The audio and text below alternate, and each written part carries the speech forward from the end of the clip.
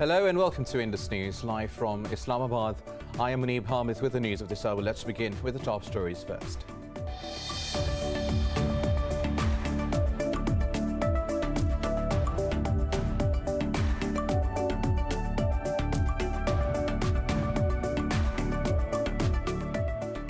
Islamabad has rejected India's baseless allegations that Pakistan wanted to infiltrate so-called terrorists via the line of control.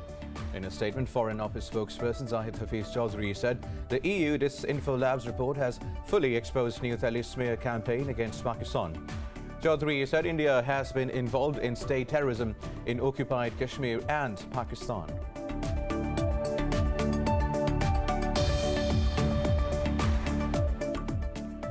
Heavy fighting is underway between Afghan security forces and the Taliban in the northern provinces of Kunduz, Saripol and Jowzjan. The Taliban claim to have captured the capitals of Saripol and Kunduz. Earlier, the group said the US B-52 bombers targeted a hospital in the Lashkar district, killing 3 doctors.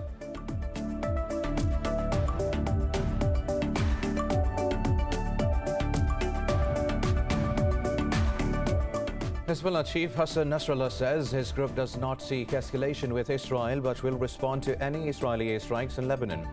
In his speech commemorating the end of the 2006 war with Israel, Nasrallah said Hezbollah can target open land in northern occupied Palestine, Galilee or the Golan Heights in counter strikes. On Wednesday, Israel struck targets in southern Lebanon.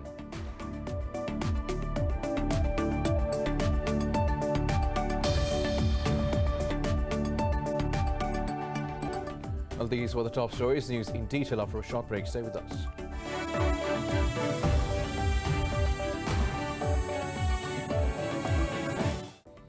Welcome back. Now let's have the news in detail. Islamabad has rejected India's baseless allegations that Pakistan wanted to infiltrate so-called terrorists via the line of control. In a statement, Foreign Office spokesperson Zahid Hafiz Chaudhry said the EU Disinfo Labs report has fully exposed New Delhi's smear campaign against Pakistan. Chaudhry said India has been involved in state terrorism in occupied Kashmir and Pakistan.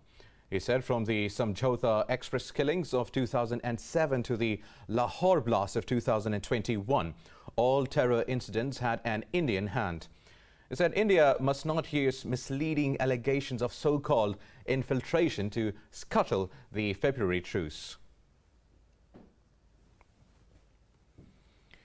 In Pakistan, the Counter-Terrorism Department has gunned down 3 militants in the eastern city of Lahore.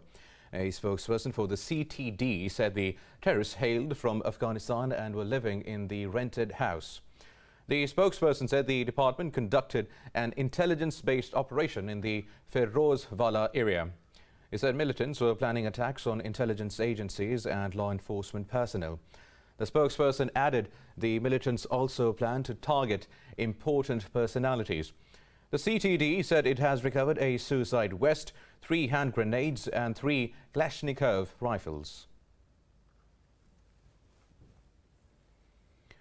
Heavy fighting is underway between Afghan security forces and the Taliban in the northern province of Kunduz, Saripol and Jowzjan. The Taliban claim to have captured the capital of Saripol. Details in this report. Afghans question the government's security strategy as the Taliban continue to make advances. The group says they have seized weapons and ammunition belonging to the military in the city of Saripol after capturing it. The Taliban claim to have conquered the National Security Prosecutor's Office in Kunduz, where 11 people have died so far. Earlier, the group killed an Air Force pilot and injured 5 others in twin bomb blasts. Hamidullah Azimi was the 8th Afghan pilot to be killed in recent weeks. Meanwhile, the Taliban accused the United States B-52 bombers of killing 3 doctors in a raid at a hospital in the Lashkar district. In a statement, the group condemned what it called barbaric bombings on civilians. It said the US is violating human rights and international norms. Okay, now we are joined by Arshad Yusufzai, a political analyst from Peshawar. Yusufzai, thank you very much for your time. Now, tell us, the Taliban are now making inroads into city centers, which were seen as the fortresses of the Afghan national forces. Tell us, how significant are these developments symbolically and strategically, and what would they mean for the people of Afghanistan? Well, as we have seen earlier this morning, the Taliban have claimed that two provinces, not cities but provinces, Kunduz and Saripul, have fallen to them, and they are on the way to Kunduz airport now. Their fighters are going there, and they will be able to capture it soon, because we have been hearing about reports that government soldiers are just putting up weapons. They're just laying down their weapons and surrendering. This is now the fourth major city in the past 48 hours that has fallen to Taliban, starting with Zaranj in Nimroz, that is connecting Iran with Afghanistan. And it was one of the most important border crossings for Afghanistan, because all the fuel supply from Iran is through Zaranj, and then secondly through Heratan. So effectively the Taliban have now cut off Afghan government or the Kabul government from any road line connections with Iran, and it means that the fuel supply from Iran is stopped now. Secondly, these are now cities that the Taliban are capturing. They have captured Zaranj, they have captured Shabarghan yesterday. That was one of the strongest places for them because of Dostum's militia. They have captured two provinces this morning, and they are pushing for fighting. The fighting is going on in Helmand and Herat and Kandahar. Now, the Taliban claim, we still have to verify this, but they claim that in their cities, where they are now in power, the people are happy and they are cheering, they are welcoming them, and the Taliban have restored peace, which they believe or they claim was missing because the forces were corrupt and they were really ineffective in controlling the situation in the cities they were there. So I believe that the Taliban are still following the policy of cutting off the Afghan government from all border crossings with other countries. Afghanistan is now only relying on Torkham with Pakistan and Heratan up in the north with Uzbekistan. That is also, large fuel depots are there. And I've been hearing reports from the Taliban sources that the Taliban want to negotiate peace there, because they do not want any harm to the fuel supplies or the fuel depots there. And in case of fighting, it is quite possible that either the Taliban or the soldiers that are fighting there could put these fuel resources to fire. Right, Arshad, this is definitely a major blow to the Kabul government. Now, tell us, with the Taliban accusing the United States of killing civilians and hitting a hospital, are we back to square one of the Afghan conflict? I believe so, yes, because previously in 2001, there were the Taliban had no system or mechanism to verify their claims, but now they are so effectively using this social media. They are using mobile phones with videos from all these places where the U.S. is bombarding cities. Like earlier this morning, they shared videos on their WhatsApp groups claiming that the U.S. bombardment last night had hit a hospital and a school. So the Taliban claims are verified with their people on ground sharing videos and also talking to people in the localities. I believe the U.S. is repeating the same mistake, and it's not just them this time, it's also the Afghan Air Force. It's like a blind bombardment on cities, on civilians, schools, and especially targeting hospitals now.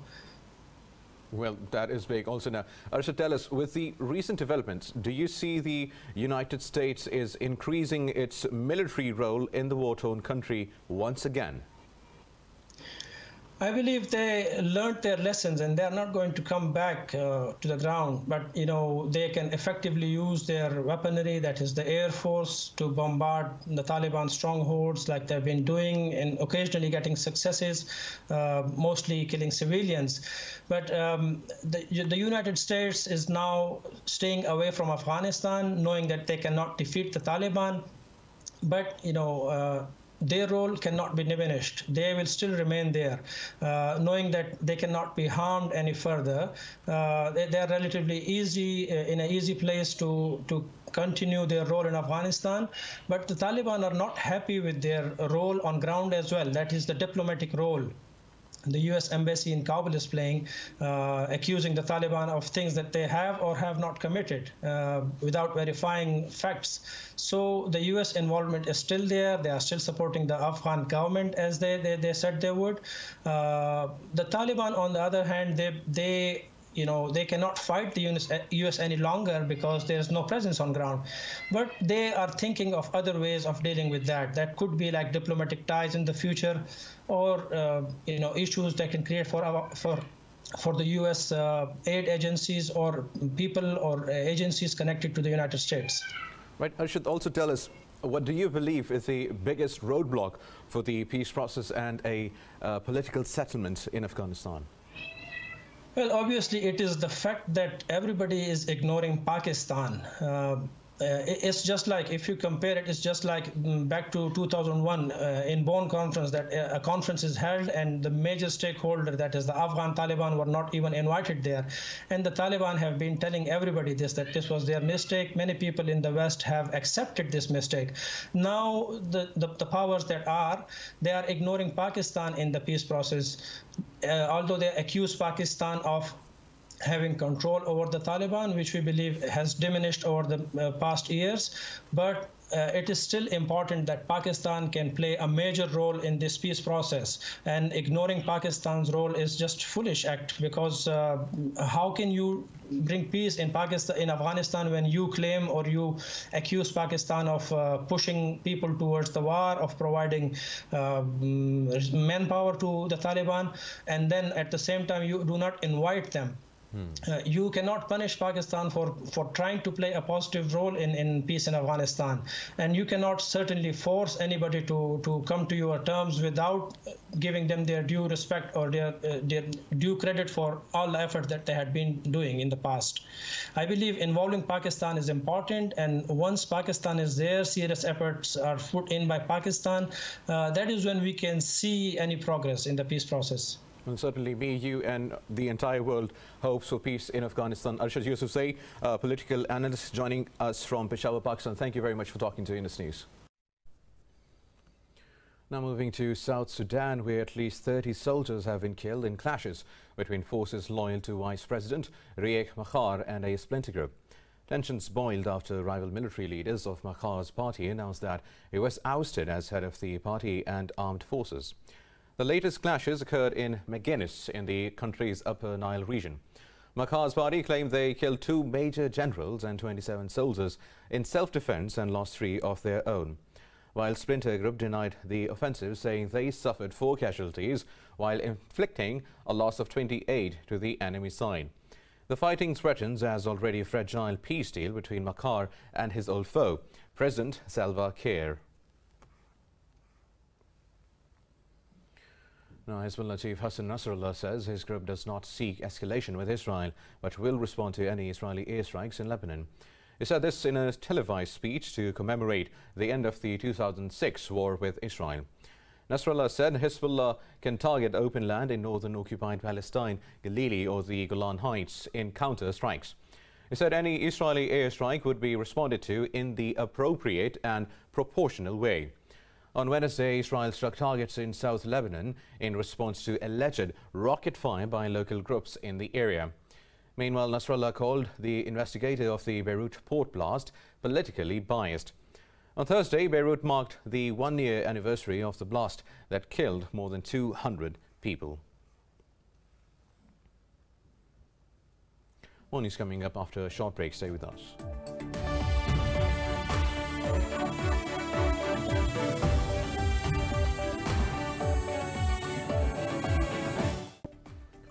Welcome back now. Brazil has recorded 990 daily deaths from COVID-19 and more than 43,000 new cases.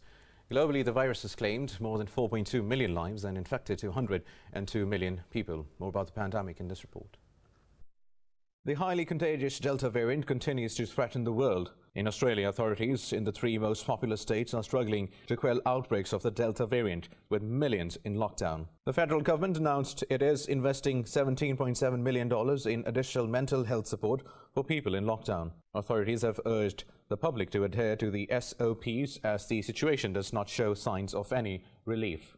PM, yesterday there were 262 cases of community transmission, with at least 50 of those infectious in the community during that time. And as we've seen in the last few days, the numbers are bouncing around a bit, but clearly we need to reduce those numbers. And I urge everybody to please stick to the rules, follow the health advice, and only leave home if you absolutely have to.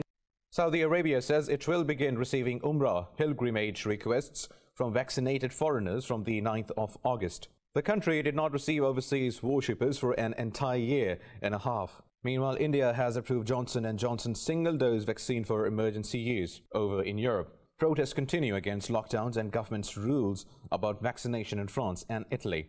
Today I decided to demonstrate against the Green Pass because I heard that it will be required to access university spaces. I am not against the vaccine, but I think people should be free to choose whether or not to receive it. I don't want that people who do not want to be vaccinated will be forced to do it after the introduction of this so-called pass.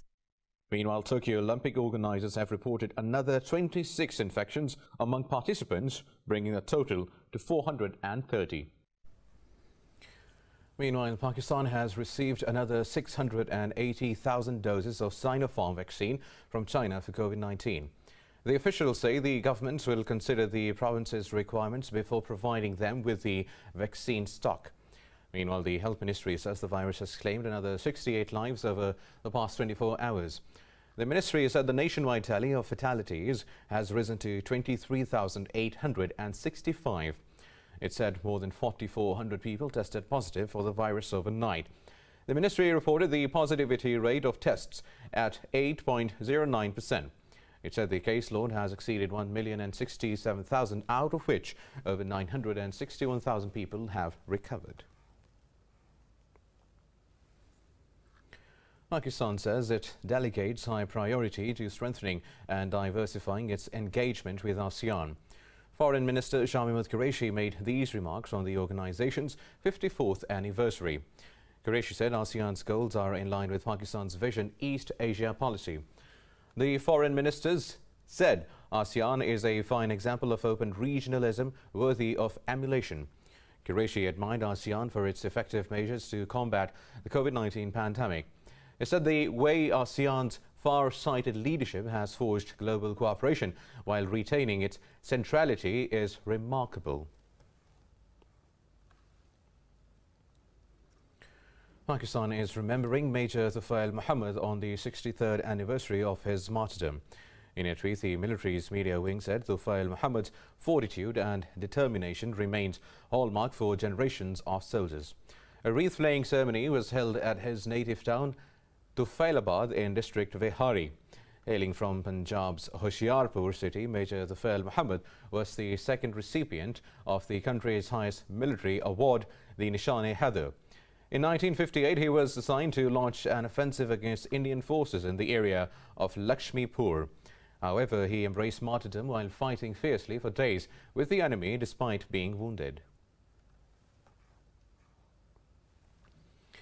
Now moving to Nigeria, where one girl has been abducted from the town of Chibok, has been freed and reunited with her parents after 7 years.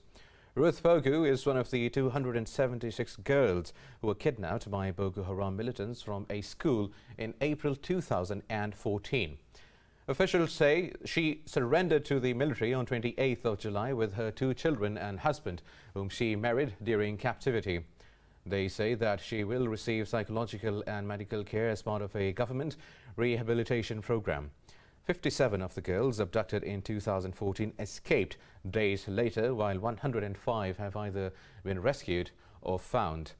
However, about 114 girls are believed to be held by the militant group. Now in Ukraine, at least 1 soldier has been killed and another wounded in an attack on the Donbas region. In a statement, the Ukrainian army said its soldiers were attacked by pro-Russian separatists in the Pisky area of the region. According to the United Nations, fighting between Ukrainian forces and pro-Russian separatists in Donbas has killed more than 13,000 people since 2014. The region is one of the several sources of friction between Russia and Ukraine. In Argentina, tens of thousands hit the streets of the capital, Buenos Aires, to protest against poverty and unemployment. The country's soaring economic crisis has left 42% of the population in poverty, with an unemployment rate of 10%. Unemployment organizations and left-wing groups led the protests that began in a church in the city's west. They noted whole families were turning up to eat at food kitchens, with many children malnourished. Demonstrations were also staged in other cities across the country. The protesters called on the government to activate the economy. I have come to ask for people who are unemployed. My brother is unemployed. Many of my neighbors are without a job. We see a lot of people are suffering around the country due to lack of work. Politicians should get their act together with people who are tired of lies. They should start activating the economy because people really need to work. Now in Turkey, at least 14 people have been killed while 18 others are injured after a passenger bus overturned in Balıkesir province. Officials say the vehicle lost control and crashed on the Balıkesir highway while heading to the city of Edremit. They said the injured were shifted to nearby hospitals. An investigation to determine the cause of the accident is underway. In Greece, a volunteer firefighter has been killed and at least 20 people have been injured across the country in fires that raged for a sixth day. The 38-year-old sustained a head injury from a falling telegraph pole, while 2 other firefighters required intensive care. The fire on the foothills of Mount Paranitha, north of Athens, forced the evacuations of thousands of people. Wildfires have erupted amid Greece's worst heatwave in more than 30 years. Prime Minister Kyriakos Mitsotakis called it a nightmarish summer. He said the government's priority has been first and foremost to protect human lives. Now moving to the U.S. state of California, where at least 8 people are missing as one of the country's worst wildfires scorched through the state's northern communities. Police say 5 of the missing belong to the old mining town of Craneville, where flames leveled most of the downtown. In a statement, the Palmas County Sheriff's Office asked for the public help in finding them missing. The state's largest blaze, Dixie, has burned through 447,000 acres so far. Officials say only 21% of the blaze has been contained. Earlier, a 35% containment was reported. However, better mapping clarified the area. The cause of the fire is being investigated, but still unknown. Dead horses lie scattered across arid steppe of Kazakhstan's Mangistau Peninsula as severe drought left animals without food and water. The worsening situation in the peninsula is threatening the livelihoods of hundreds of farmers. Let's find out more in this report. High temperatures have been reported throughout the former Soviet region of Central Asia this summer. In an effort to lessen this impact, Kazakhstan has banned exports of animal feed and sought extra water from its neighbors. However, due to severe drought, horses have nothing to graze on, while the prices of hay and barley have skyrocketed in the country. Breeding horses, along with camels, is a traditional occupation in the peninsula, with horse meat and maize milk as staples of Kazakh diet. Gabidola Kalibayuli, an owner of a horse farm in Akshay Mairao village, says his 150 horses herd have been weakened by malnutrition, making them vulnerable to parasites and illness. Since the drought started, 20 of my horses and 1 camel have died. When they die out there in the field, we cannot even bring them back to the village to report the death. Mangistau province has so far reported more than 1,000 horse, cattle and sheep deaths. The government says it is sending barley to area to cope the effect of severe drought. According to environmental scientists, the peninsula is becoming more susceptible to drought because of shallowing of the Caspian Sea.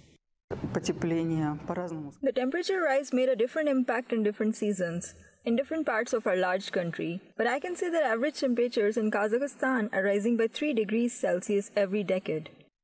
Dolgik says there might be some temporary positives, but agriculture as a whole is considered at risk from climate change. Environment says India's New Delhi was the world's most polluted capital for the 3rd straight year in 2020. Now, pollution flowing downstream from New Delhi is threatening to spoil the beauty of the iconic Taj Mahal. This report has details. A thick layer of toxic foam covers the surface of the Yamuna River in New Delhi almost throughout the year. The Yamuna is known to be one of the most polluted rivers in the world, owing to industrial wastage, dump and sewer discharges. while the Yamuna fulfills 60% of New Delhi's water needs. Almost the same percentage of the city's sewage finds its way into the river. It is carrying dirt and pollution from Delhi and Mathura. It has also led to a rise in water levels. The Taj Mahal is located on the banks of Yamuna, and you can definitely see algae on it, along with other kinds of pollutants, since the water in the Yamuna is mixed with sewage water too. During the monsoon, the water level rises and takes the pollutants with it downstream, slowing only in the plains of Agra city, affecting the beauty of the Taj Mahal monument that is located on the bank. The polluted water also becomes a perfect breeding ground for insects and bacteria. 80% pollution जो है वो Delhi. At least 80% of the pollution in the Yamuna happens in Delhi. It flows and slows near Agra, and this pollution accumulates here, spoiling the beauty of the Taj Mahal. Goeldichronomus insects that feed on the algae infest the Yamuna water, leaving ugly and stubborn green spots on the Taj Mahal. It is very difficult to clean these spots. Experts say the stains could permanently damage the historical structure if this is a perpetual problem. Apart from the river pollution and green spots, a high level of atmospheric black carbon presence in its air has also been contributing to the discoloration of the monument. Now, climate change scientists consider methane to be a major driver of global warming. It is invisible and odorless, but its emissions are responsible for 30% of warming on a global scale since the pre-industrial era. This report has details.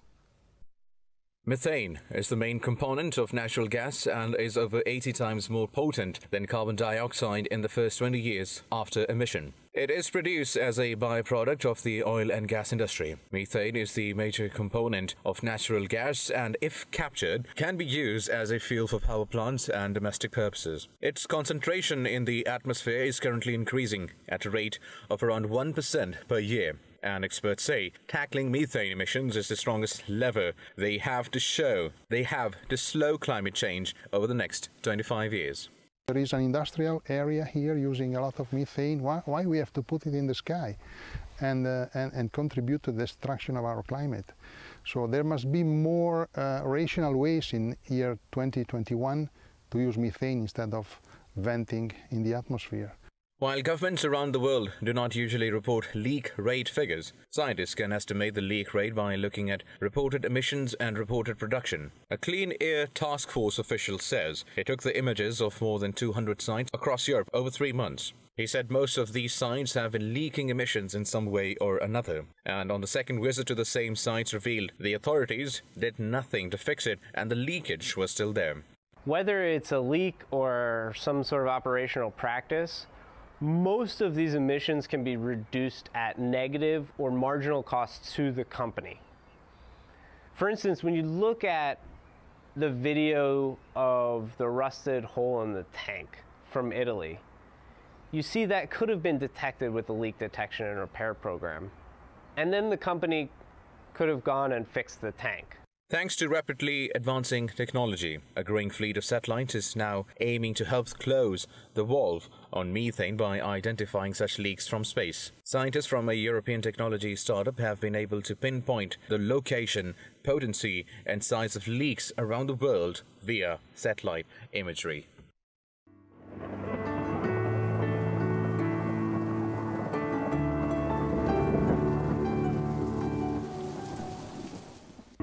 Now let's have a look at the weather updates across the globe.